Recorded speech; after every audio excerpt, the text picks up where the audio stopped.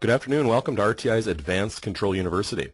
My name is Clint Forberg, Director of Training for RTI, and I'm joined today by Chad Koster, Senior Software Engineer for RTI, professional presenter, male model. We're going to be going through a presentation today called ZigBee 201, Advanced Design and Theory. In today's class, we're going to go through a brief PowerPoint presentation. We're going to answer all of your questions about ZigBee. ZigBee is the transmission protocol we use on many of our two-way handheld controllers, and there's a lot of questions and things about that a lot of people would like to get answered. So that's what this class is going to address. In today's class, we're going to discuss what ZigBee is, how it works, what the limitations of ZigBee are, and some of the theory in setting up your ZigBee wireless mesh network. If you have questions throughout the presentation, please feel free to post them in the Q&A panel in your GoToWebinar software. I will ask you to hold your questions to the end of the session. We'll leave plenty of time for open Q&A with Chad and myself at the end. So if you can hold your questions till the end and start them flowing through, we'll be sure to answer them at the end of the presentation. This presentation will be recorded and available for review on the RTI website at some point in the future as well. So again, if anyone has any questions, please feel free to post them on the Q&A panel, and we'll be sure to answer them at the end of the session. Without further ado, I'm going to turn it over to Chad Koster, Senior Software Engineer for RTI. Hi everybody, I'm Chad. Thanks for coming. As Clint said, I'm a software engineer here at RTI,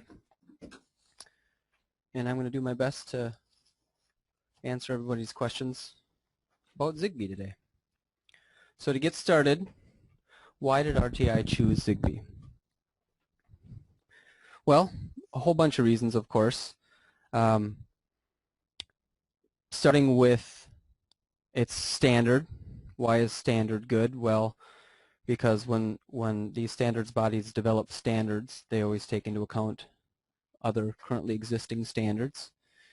So in other words, Wi-Fi, Bluetooth, other things, in this case in the 2.4 gigahertz spectrum, that they have to guarantee that their new standard works with, plays well with, those kinds of things. Another reason was the 2.4 gigahertz spectrum itself. It's international, which is a big deal for us. A lot of people ask why we didn't choose Z-Wave. The answer is that at the time, or one of the answers is that at the time, Z-Wave was a 900 megahertz standard only, which would have meant doing things differently internationally, which wasn't optimal for us. Why ZigBee versus Wi-Fi? Well, mostly power. Why ZigBee versus Bluetooth? Again, mostly power. Those protocols offer much more throughput, in some cases better range, but in all cases take much more power than we have to use on our handheld remotes. Throughput, what I mean by throughput is the amount of data that it can send through. Obviously Wi-Fi is you can get a full internet stream of data through it. Bluetooth, you can do stereo, music, things like that. Our remotes, generally speaking, don't need to do that.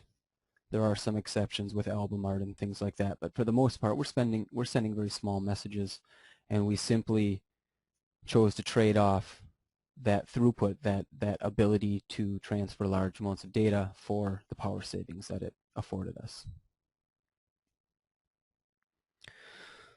So let's talk about ZigBee itself. As I said, it's in the 2.4 gigahertz spectrum along with Wi-Fi and Bluetooth.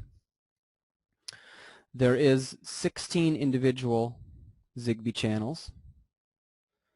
Your RTI ZigBee network will be running on one of those and only one of those. ZigBee is something called Carrier Sense Multiple Access, and what that basically means is before any ZigBee device talks on the network, it will listen for a moment and make sure nobody else is talking in an effort to reduce collisions, in an effort to have as few collisions as possible where two people are transmitting. Now that doesn't eliminate collisions, of course, but it greatly reduces them. ZigBee has a lot of security features in it. It's got both link keys and network keys, which are each 128 bits long. What that means to you is it's highly secure and very, very difficult for somebody to sniff a ZigBee network, and even if they can sniff it, the data will be scrambled to them and they will not be able to use what they're seeing. What kind of devices are in a ZigBee network? Now, again, I'm still talking generic ZigBee right now, ZigBee as a standard, ZigBee as a technology. The first device we'll talk about is what in ZigBee is called a coordinator, and in the RTI system that'll be a ZM24. A coordinator is a device that is always powered. It is the device that forms the network, which means that it's the first device in the network. It is going to decide which of those 16 ZigBee channels to use for the network. It's going to decide what the network's identification number is, which is a unique identifier. And it is going to kind of be the father of the network. Once the network is formed, the coordinator operates just like any other router in the network, and we'll look at routers in a moment here. But because this device is always powered, it does not hibernate. It does participate in what is known as the mesh network, and we'll talk a little bit more about what it means to be a mesh network in a little bit here. The next type of device is a router, and that is, again, in RTI land, a ZM24. A router is always powered, doesn't hibernate, and it also participates in a mesh network. The third type of device in a generic ZigBee system is what's called an end device. RTI does not use this particular kind of device. It's a battery-powered device, which means that it hibernates. And by hibernate, I mean sometimes it goes to sleep and is not listening for messages, is not sending messages, and this is of course done to save power. Any device that leaves the network like that, quote unquote, or hibernates, is not participating in the mesh network. An end device needs a parent to send or receive messages, and an end device cannot change parents. So what's a parent? A parent is a router or a coordinator. A parent is somebody who's always on the network and therefore hears all message traffic, helps participate again in the mesh network. Why does an end device need a parent? Because if you're trying to send a message to an end device, the odds are it's not awake. They hibernate as often as possible to save power and extend battery life. So if I want to send a message to an end device, it's not going to be awake. I actually need to send that message to its parent. Its parent will hold on to that network until the next time that end device wakes up. When that end device wakes up, it will ask its parents or ping its parent and say, any messages? And the parent will either then relay that message down or tell the end device, no, there are no messages. The final type of device is what's called a mobile end device, and that is what the RTI handheld remote controls are. They hibernate. They do not participate in the mesh network. They need a parent. The difference between mobile end devices and end devices is that they can change parents. This is a necessary thing for RTI because our remotes can move around, obviously.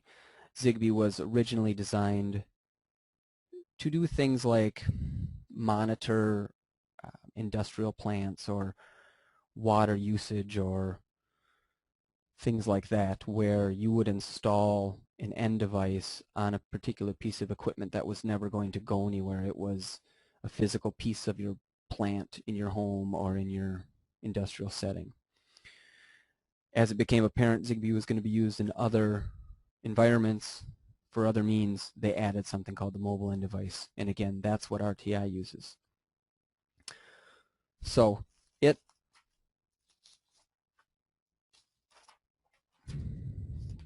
can change parents. It does not participate in the mesh network because it hibernates.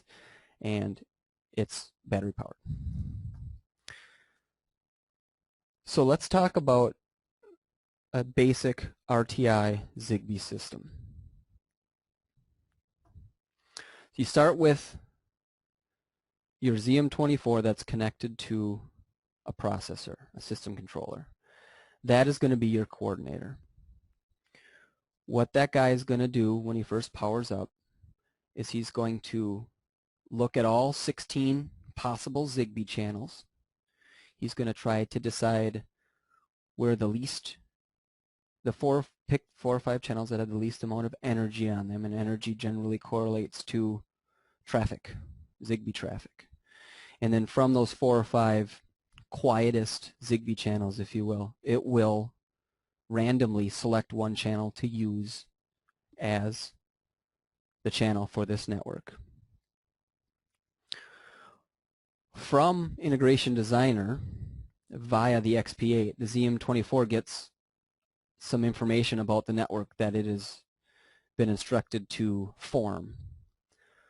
One of those pieces of information is a network ID, which this is a long 8-byte, 128-bit number, essentially, that is a unique identifier for this network.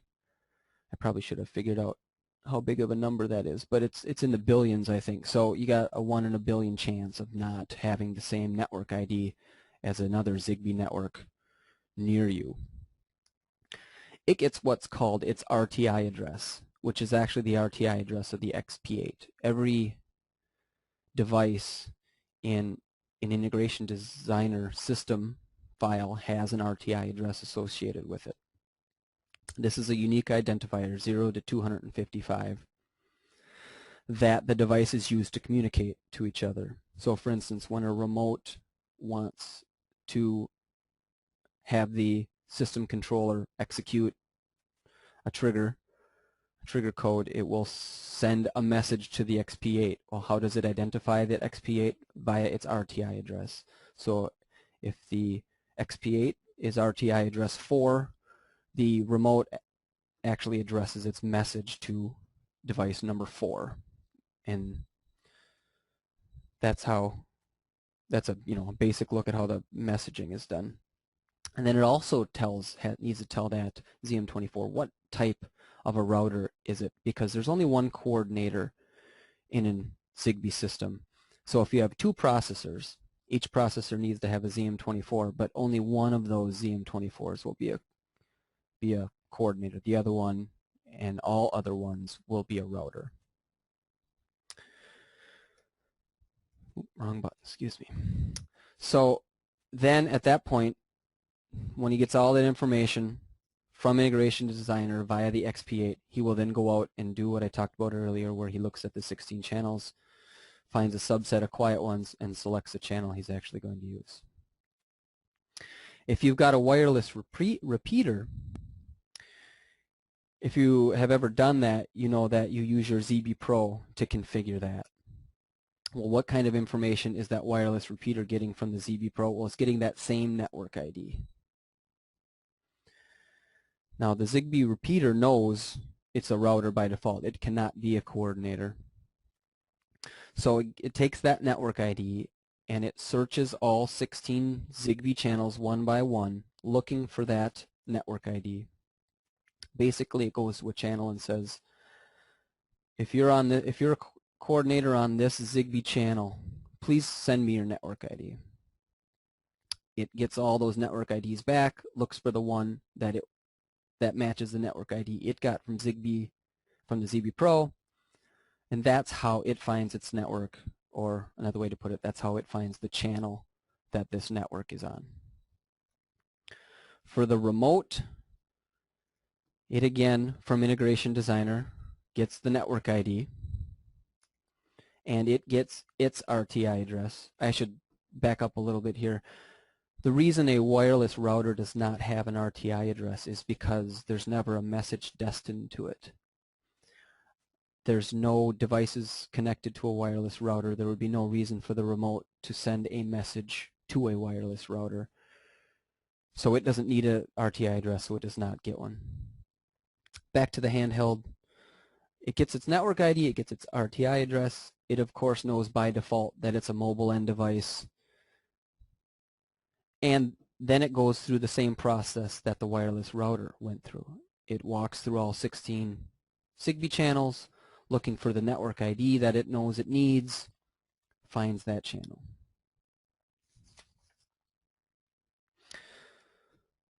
So there are a lot of configurations that an RTI ZigBee network can come in.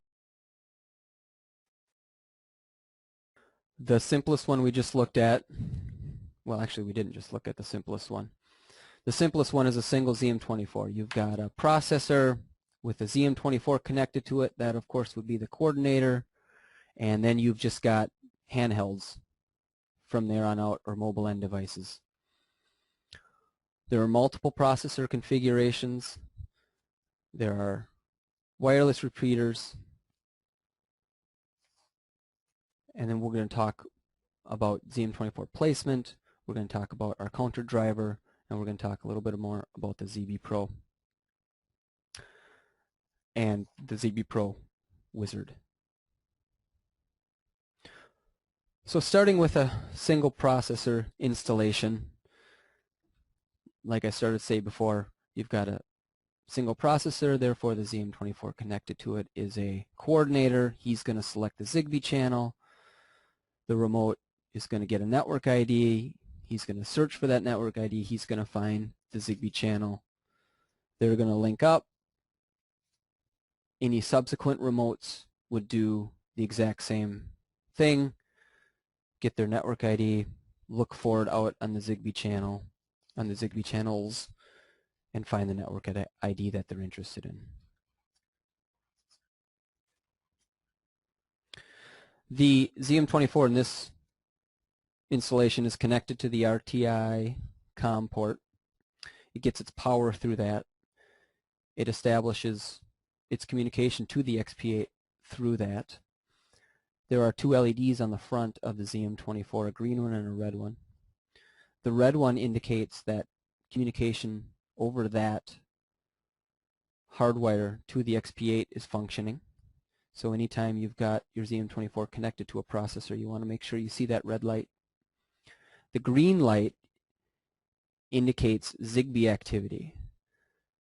So the green light, once your network is up, you're going to want to see that green light blinking, almost like an Ethernet activity type light on your Ethernet switch.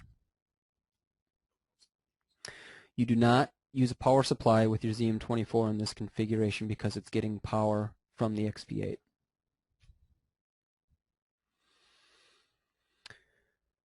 Multiple two-way processors is very similar. Again, the ZM24s are getting all of their information from Integration Designer via the controller that they're connected to. Whether it's a ZRP6, MRP64, or an XP8, you're going to connect it to the RTI COM port. One of the ZM24s in this configuration is going to be the coordinator. It happens to be the first XP8 in the system. If you look in Integration Designer in your system workspace, if the very first XP8 is going to be your coordinator, going to have the ZM24 that is the coordinator. If there's no XP8, it's going to be the first MRP64. If there's no MRP64, it's going to be the first ZRP6. But hopefully, you know, that's not information that is too critical to your system and getting it to work, because you should be able to plug this stuff in and have it go. You do want the coordinator to be the first one plugged in, so I guess it's important if you do have two-way process, multiple two-way processors. So in this case, the XP8 would be the coordinator. The ZRP6 here would be just a router. Again, you wouldn't need power supplies on either of these ZM24s. The ZM24 connected to the ZRP6 would get its network ID from the ZRP6. It would search the ZigBee channels, find that network ID, join the ZigBee network. The handheld would do the same thing. There's a technical bulletin on our website that goes into great detail about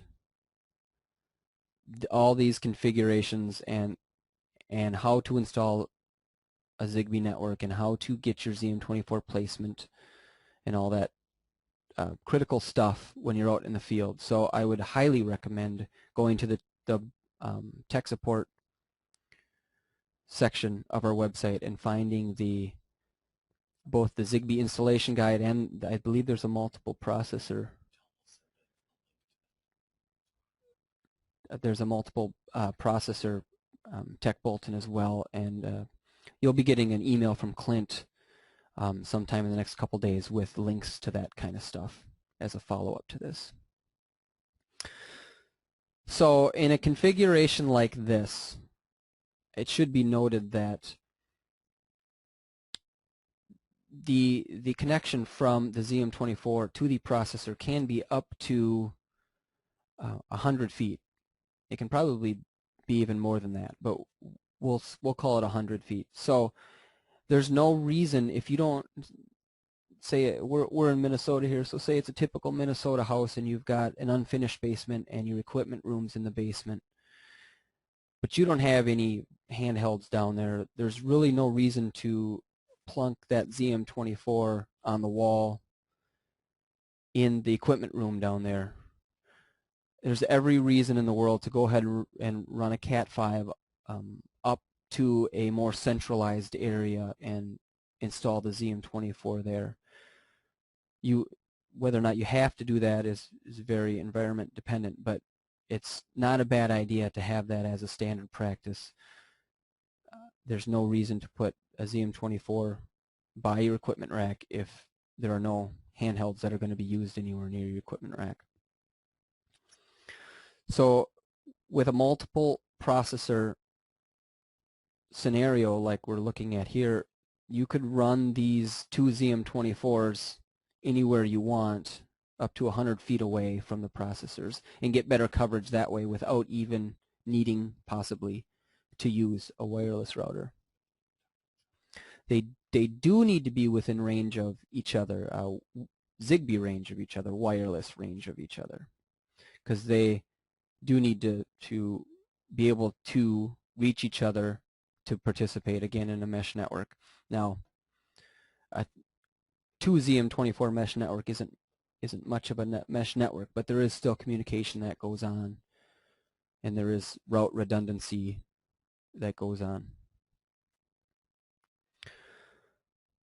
Single processor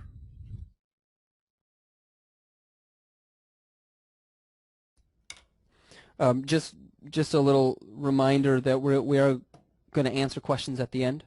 So if you want to hold them to the end, we will get to them then. Single processor with a repeater. Again, XP8 is going to be the coordinator in this place. Your wireless router is going to be a router in this case, and the coordinator will select a network ID, and everybody will look for that network ID out on the 16 channels, and that's how the network will be formed. The wireless router, of course, does need a power supply, but other than needing a power supply and needing to be within communication range of the ZM24 connected to the XP8, it can be placed anywhere.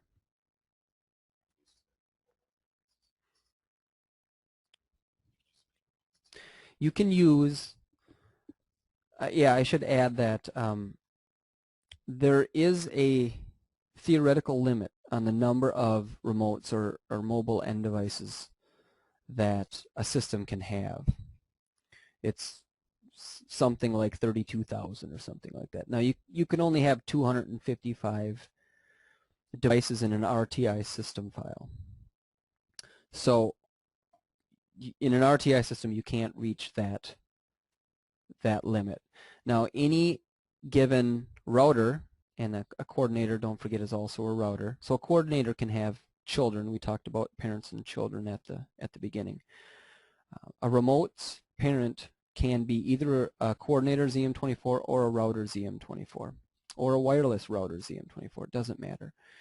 Each individual router can only have 30 children. Practically speaking, that's the way around that, if you only had if you were on a single processor installation and had more than 30 handheld devices, first I'd like to see that installation, but second of all, you would fix that problem, quote unquote, by adding a wireless ZM24, and then the additional children would then join to the wireless repeater. And if you had more than 60, you would add another wireless repeater. So there are some limits there.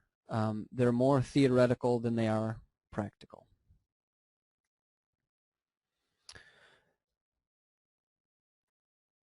This is probably your most complicated, well, it's definitely your most complicated looking setup, but the concepts are all exactly the same as they were before.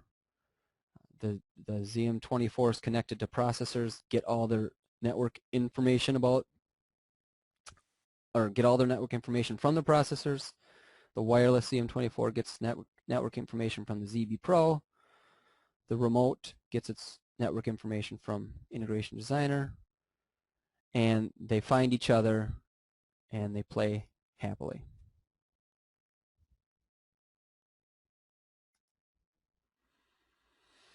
ZM24 location and placement. We get lots of questions about this, and with good reason. It takes practice to get good at it. It takes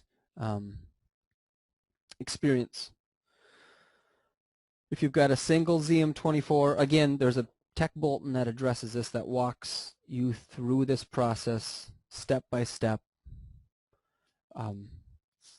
very methodically, and I would highly recommend, especially on your first couple installations, I would on all installations, but especially in your first couple installations, using this step-by-step process.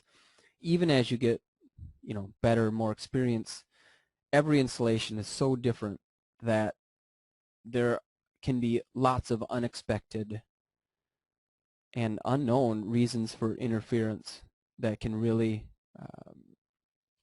be confusing, I guess, and being methodical, as is spelled out in this tech bulletin, can really help save a lot of time.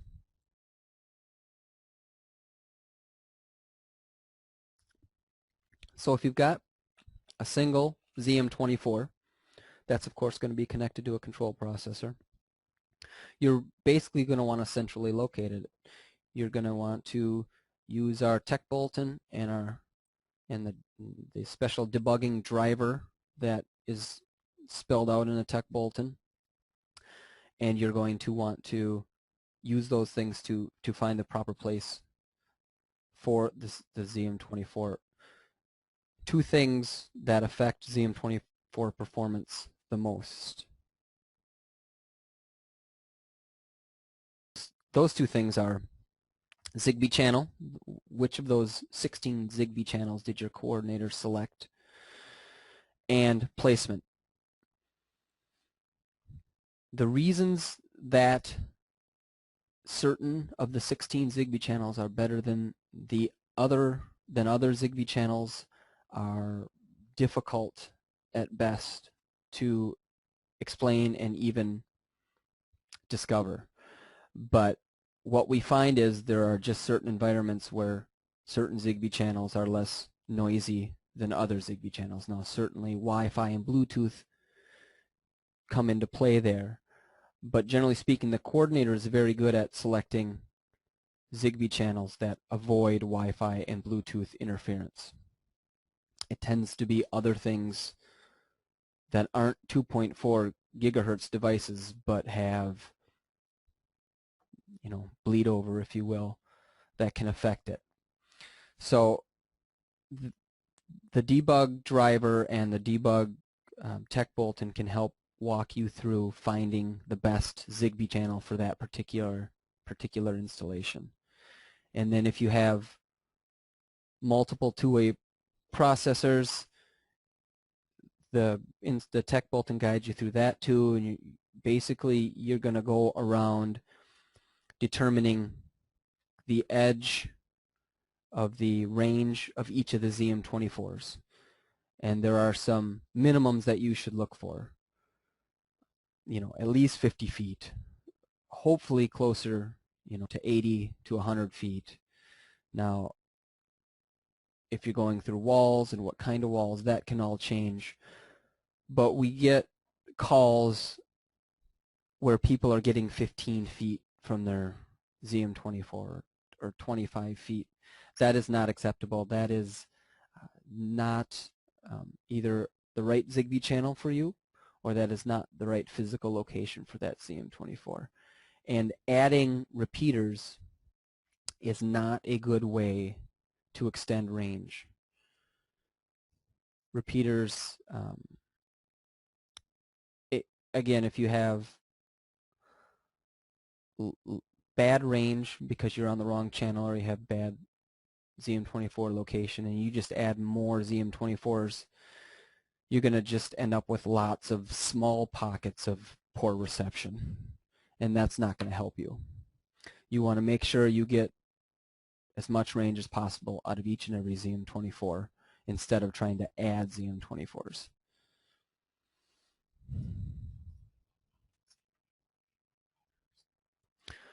Another issue, thank you, Clint, good point. Another issue that we get a lot is the physical placement of the repeaters will be in some sort of an equipment closet, and it'll be right next to the wireless Ethernet switch, right next to even sometimes, a CRT TV or something like that. Sometimes even wireless lighting systems or other wireless systems that aren't 2.4 gigahertz. You're going to want to avoid those things. You're going to want to probably put it up high, away from concrete floors, away from concrete walls if you can.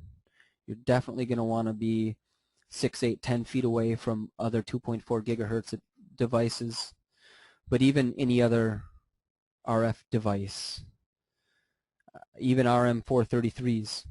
It should be noted, by the way, that you can have an RTI system that does both 433 and ZigBee. It's not a problem. You can plug in an RM433 and a ZM24 to each and every one of our control processors.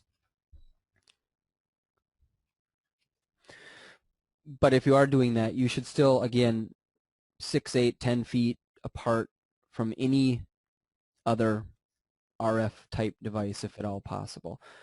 And I'm sure this is probably redundant information because I'm guessing most people don't do this with RM433s either, but behind refrigerators is probably not a great idea. In the cabinet above the microwave is probably not a good idea. Behind a big plasma TV is probably not a good idea. I think a lot of that's mostly common sense stuff, but it's probably worth mentioning that large metal devices, large concrete devices, large or strong RF sources are bad. So I spoke earlier about this counter driver that we use and this tech bulletin that we wrote out there to help you determine the placement of ZM24s. And I won't go through the tech bulletin line by line, but just to talk about the concept of what it's trying to do. It's trying to determine the outer reach of each and every one of your ZM24s, and it's right at that outer reach that you want to put the next ZM24. So if you think of each ZM24 as having a circle of range around it, right at the edge of that circle is where you want to put your next ZM24. So what the driver does is it simply counts once a second, just 1, 2, 3, 4, 5 once a second, and broadcasts out the current count to all the remotes. So you'll put a button on your remote that has that count on it, and you'll walk around with that remote looking at this number that increments once a second. And when you find the edge of your range, you'll see that the number will start, it won't go dead completely, generally speaking, but it will start skipping numbers. It'll take 2 or 3 seconds to update it, and it'll jump by 2 or 3 numbers or even longer. That's the area where you're finding the edge of your range. You don't want to go completely out of the range. You don't want to go such that the number completely stops and never updates. You want to find that area where the number is jumpy, if you will. Again, the details of this are on the tech bulletin, but the idea is you're finding the outside range of that ZM24, and that's where you're going to put the next ZM24. It should be noted that we can do that because if you've ever looked at the ZM24, it's got that big articulating antenna on it, whereas a handheld, whether it's a T2C or T3V or a T4, inside of it is a very small antenna. So the antennas on the ZM24s by their physical nature are better antennas. So if we find the edge of the, say in this case we're using a T3V, if we find the edge of the ZigBee range using a T3V, we know we're okay putting the ZM24 right at that spot because we know the ZM24 is a much better antenna. So that's the theory there.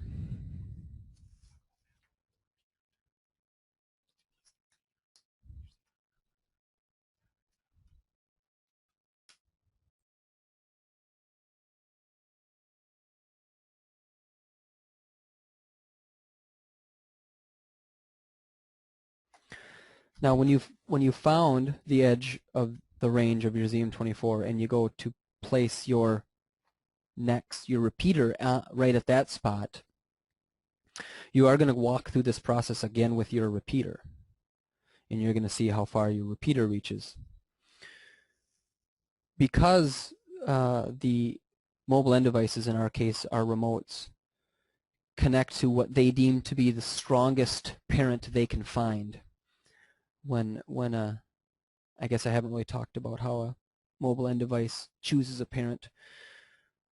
When a mobile end device or our remotes are powered up, or handhelds, again, they have their network ID and they have their RTI address that they got from Integration Designer. They're out looking for that network ID. When they get to the channel that the rest of the coordinator and the routers are on, when they send out this message, this discovery message, if you will, they're going to get a message back from each and every one of the ZM24s currently in the network, and they're going to use a formula to decide which is the strongest signal for them, and that's the ZM24 that they're going to choose as their parent. So when you're using this counter driver and you're on to your second or third or fourth ZM24, and you want to make sure that this number that you're watching on the screen is coming from, well, that number is always coming from your parent, of course, because you can only talk to the network through your parent. So you want to make sure who your parent is, and the only way to make sure who your parent is to power cycle that handheld right next to the ZM24 that you want to be your parent. So to walk through that process again, you've plugged the ZM24 into, we'll call it an XP8. You've determined the outside edge of that ZM24's range. You have then used a ZigBee Pro to configure your wireless router ZM24. You've put it at that spot that you found.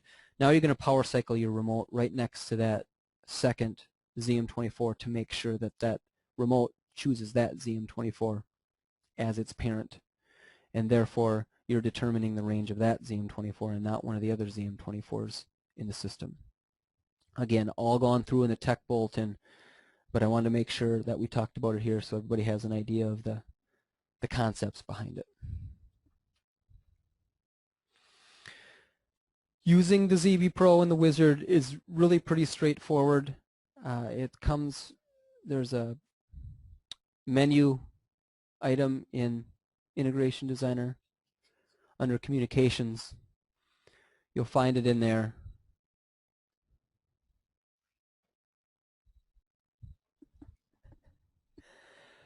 It will walk you through the process step by step.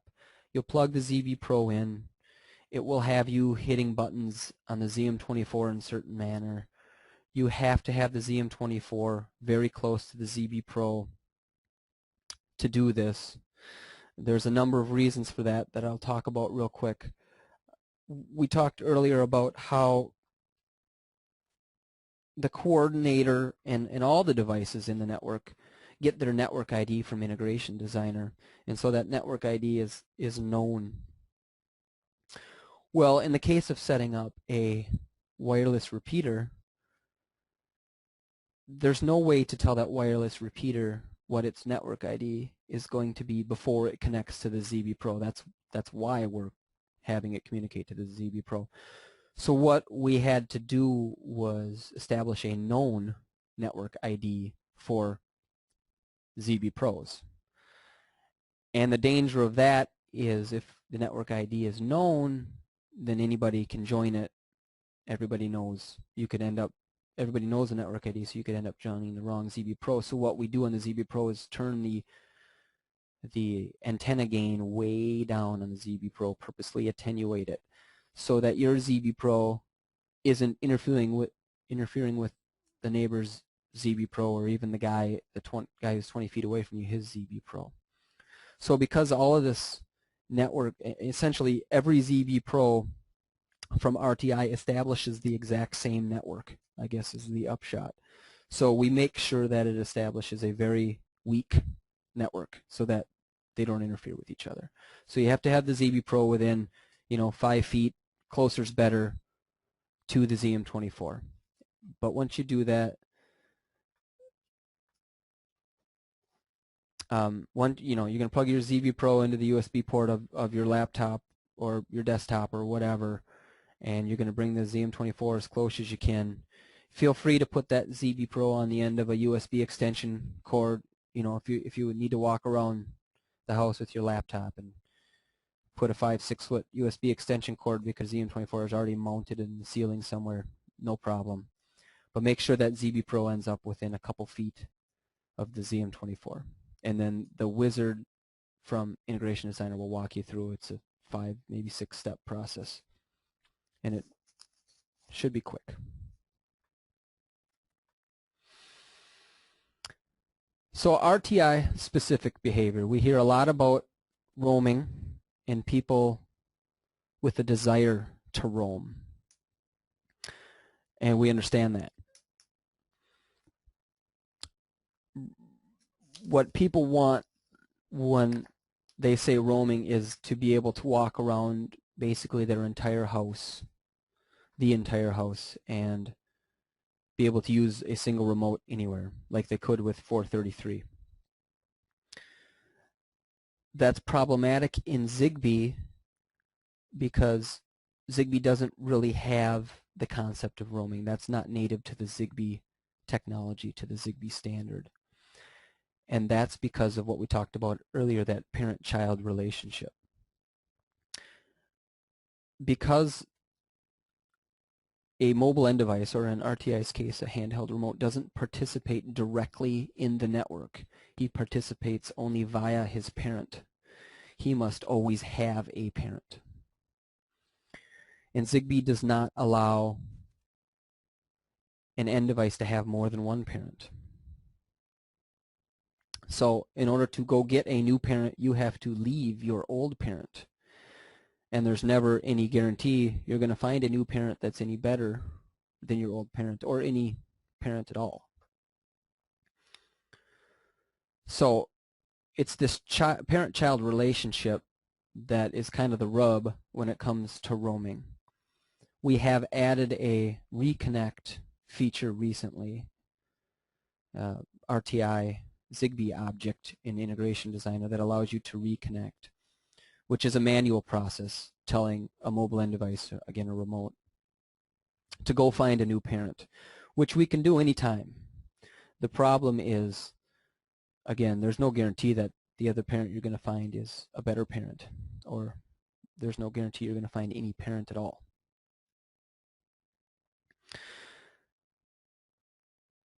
And just a note about hibernation again here. The reason you do it is battery life, battery life, battery life, battery life. But there's also, to a lesser degree, it's about keeping the ZigBee channel clear for other people, for other ZigBee devices. We do here at RTI have what we call a slow poll mode. What's a poll mode? Well, like I said before, a child, when it wakes up, it asks its parent if there are any messages for it. That's called a poll. So it polls its parent. When a remote is quote-unquote awake, the screen's on, it's polling at a very rapid rate, up to 10 times a second, to make sure that the system is snappy, that the system is, reacting in a timely manner. But as soon as that backlight goes off, we pull that poll rate way back, because any information that the remote gets at that time isn't all that useful because the screen's off anyways, and B, that again helps keep the channel less busy. But we stay in this poll mode, the slow poll mode.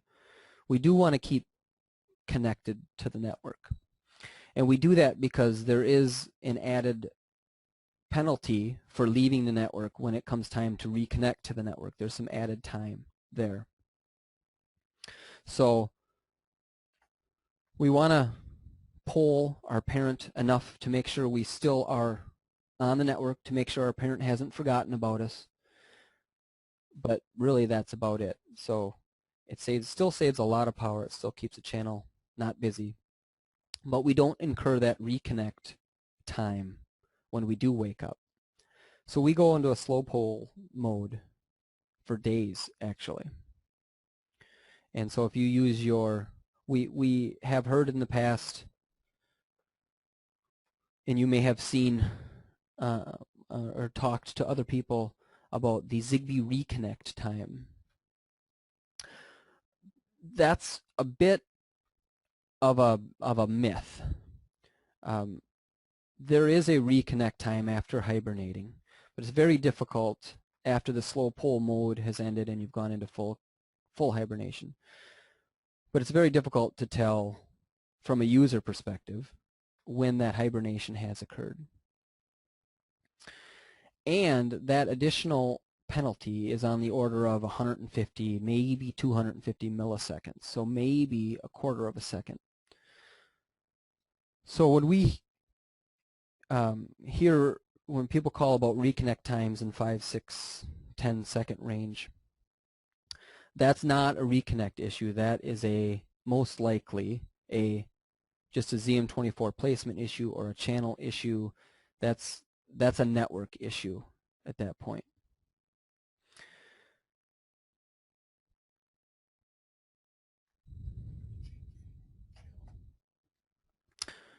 So something I didn't mention back when we were talking about ZigBee placement is, and it is covered in the tech bulletin, but I should point it out. It just said now that you might have a network issue if you've got quote-unquote reconnect times. And one of those network issues, of course, could be you're on the wrong ZigBee channel. You get a new ZigBee channel by factory defaulting your coordinator. And there's several ways to factory default the ZM24, that is the coordinator, and you can find that in the tech bulletin. But once you've done that, you simply plug him back into the XP8 and he's going to pick a new channel. So I should have mentioned that before. That's how you pick a new ZigBee channel. You factory default your ZM24, and when he comes up, he's going to pick a new ZigBee channel.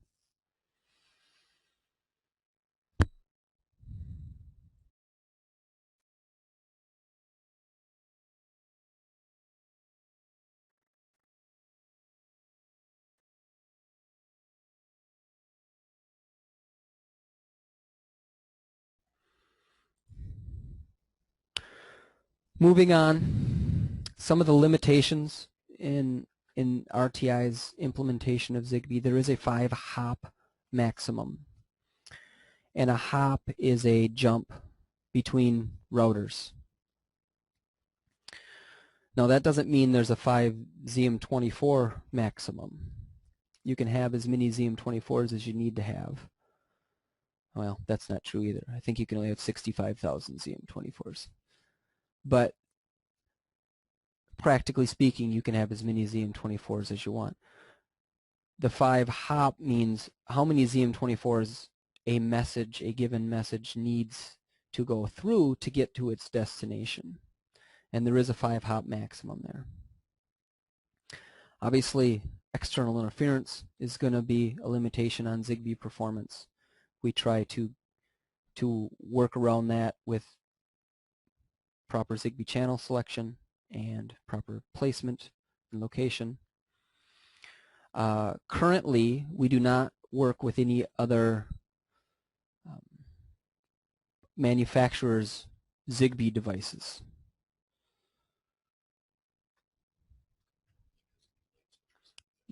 You'll see a lot of ZigBee thermostats out there and ZigBee light switches and things of that nature.